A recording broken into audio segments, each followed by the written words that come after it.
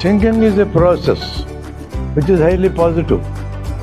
There is a problem, you analyze it, you get to answer. By your process of thinking, you solve it. Any person, men or women, children or elders, if they indulge in thinking to solve problems, that will never create any issue.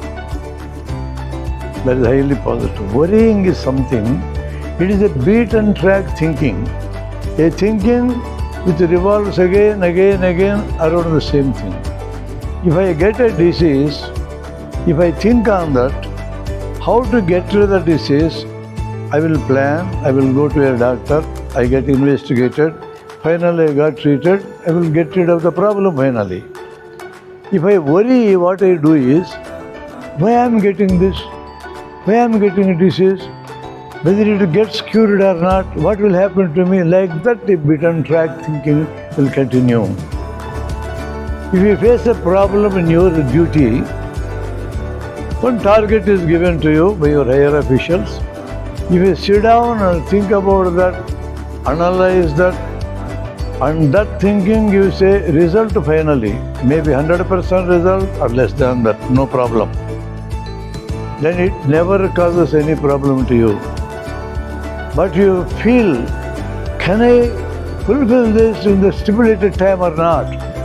Our higher official is pushing me, what can I do, what can I do? Like that, if you think, that is also thinking. That thinking is a beaten track thinking. That leads to psychosomatic diseases.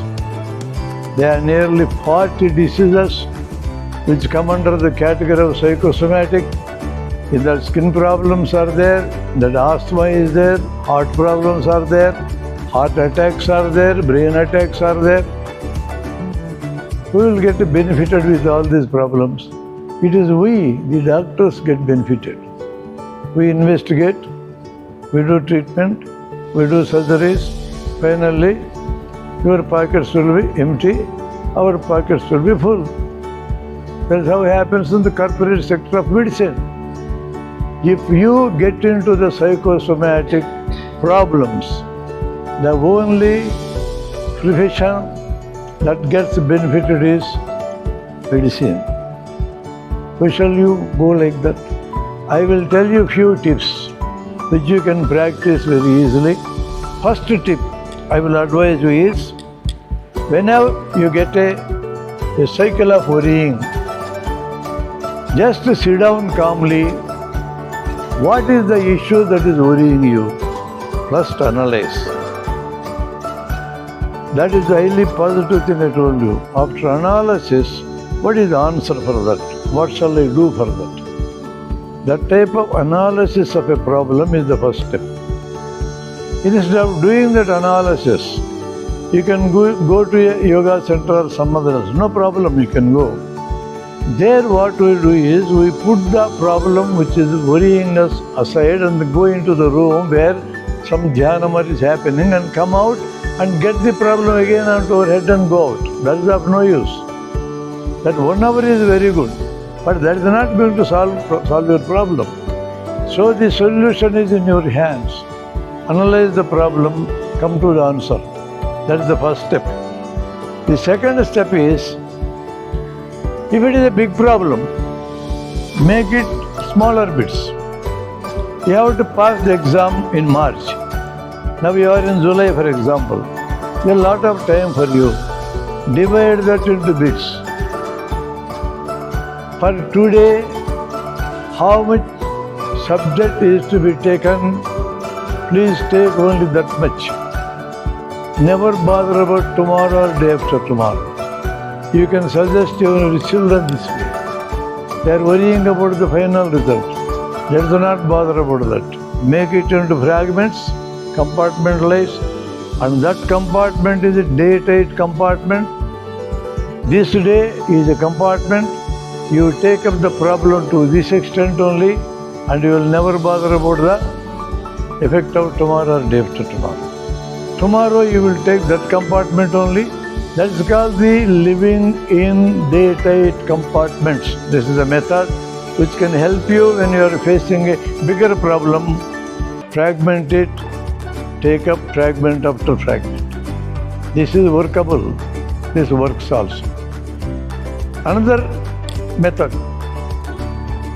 There is a problem for you which is causing worrying in you, anxiety in you. How much stress you have to logically take to solve that problem? You apply that much stress only.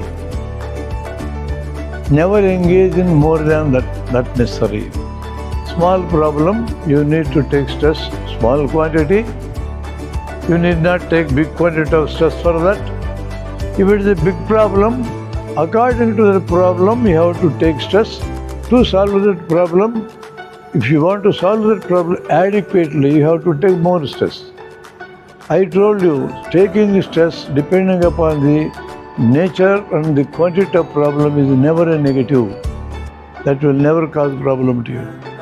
So the problem with how much it needs the stress, only take that much only. That is another method. You take the advice or help of a close friend. That's why when you are unable to solve a problem, you confide with your friend or companion. More than friend is companion. For anybody, the companions will be not more than 2 or 3. Friends may be hundreds. Acquaintances may be thousands. Unknown people may be crores. So, for friendship or companionship, the rules are the same. The 3 rules are there. You confide with somebody who is not going to talk about this unduly outside. In all the methods, this method is the superlative method. Prepare for the worst. If you stop there, worst happens. Never stop there. Never accept it. Never accept it. Finally, work for the best. This method always works. Whatever may be the problem you are facing, put it on the paper. What is the worst that can happen if that problem is allowed to happen, allowed to continue? First, prepare your mind for that. When a doctor is going to the operation theatre, the worst that can happen is the patient dies. Doctor shall get prepared mind to that extent. When I get into the flight in Hyderabad, the worst that can happen is my flight may not reach Lucknow. I will prepare for that and get into the flight. Even in the middle, if I want to get down, I can't get down. But I won't accept that because I will take the statistics. What are the accident rate in motorcycles, cars, buses, trains and flights? Least accident rate is flight. That data is with me. So all the people getting into the flight, all are happy, comfortable, never thinking about the crash. And they have got down in Lucknow. Prepare for the worst, work for the best. In every work it works. One more method where this method can be used is leave it to time. Certain problems, you have got no control on them. Things which are in your control, things which are not in your control, you have to discriminate between these 2 things. You can be, logically speaking, you can be in your control. Others cannot be in your control. People are thinking about Trump. People may think about different countries or Iran war. They are not in your control. Why do you talk about so many things? Hours together, there is no use of that. Which are in your control, your problem, your thinking process, your answers, your implementation is in your control. So that is depicted like this. This is circle of influence. This is in your control. This is circle of concern, which is not in your control. If you get control of this, your influence expands. If you want to get it expanded, first you have to control yourself and things which are in your hand you have to control. There you apply the same last principle for this also. Prepare for the worst. Things may happen in the area of concern. You can't do anything for that. Most of the times you can't do anything for that. Then you leave it to time. If a person gets a cancer, and you pretty well know that you are going to die after some time, nothing you can do on that. Prepare for the worst. The worst is that you are going to die. You will die anyway after 1 month or 2 months. Dying peacefully or dying with a lot of worrying is your choice. If such a thing comes to me, my choice is I will never allow anybody around me who always have a melancholy face. I will never allow. They must be happy, talking about only happy things, and die simply. When it is inevitable, accept it. That is called living to time. That is only happening in certain things only. Most of the things that present to us, they are amenable. So, preparing for the worst is your preparation. Don't accept that. Work for the best. If I am going to travel in a bus, the driver is on the right side, there is a single seat on the left side. If the driver is sleepy, first he dies. Next, the 3 seats given for women behind him, they are going to die. So the 3-seater behind the driver is a dangerous area. Don't sit there. I am improving that. Worst is accident. I am improving that. The single seat on the left side, it is written conductor, but never conductor sits on seat. Because if the driver is alert, he moves the steering like this, that fellow dies. So the best seat is in the middle on the left side, where the conductor is sitting. Our buses are like that. That seat is very good seat. Even if accident happens to the bus, that seat is safe. He will be surviving. Behind that seat, 2 seats reserved to our MLAs, another seat was reserved to our MPs, and our MLAs or MPs are so good enough, they will never sit there. So these seats cannot be filled before the bus starts, so sit there. There is one seat which is better on the right side, in the middle where red color is given, there is emergency exit. One person is sitting near the window. You want that seat. If anything happens, you have to jump out. So you lean on him, like vomiting, you faint, he will come out, you go there. Even traveling in a bus is a lesson. How to travel in the bus. If you take a train travel, for example, there is a side berth. Always take a side berth. I am telling this secret to you. Whenever the train is going this way, don't put your head in the direction of train. If train accident happens, your head blasts. Put your feet that side. Even if your feet are gone, let it happen, head is safe. If you are put in an ambulance, your head shall not be towards the driver. If ambulance meets an accident, at 100 km speed your ambulance is going, another vehicle is coming with 100 km speed, first the ambulance driver dies, next your head is gone. Because impact, according to Newtonian theory, impact is 100 plus 100 kilometers. Your head is at the back end. Even if another vehicle comes and hits your ambulance speed is 100, the vehicle coming behind, its speed is 120, the effective collision is 120 minus 100 is 20 only. Your head will not get injured. Physics we are using for solving the problems. When you are traveling in an ambulance, we have to take this care. That is improving over that. Everywhere that improvisations are improving over the problem will be available for us if we pay little attention to our thinking. I have given 2 or 3 examples like this.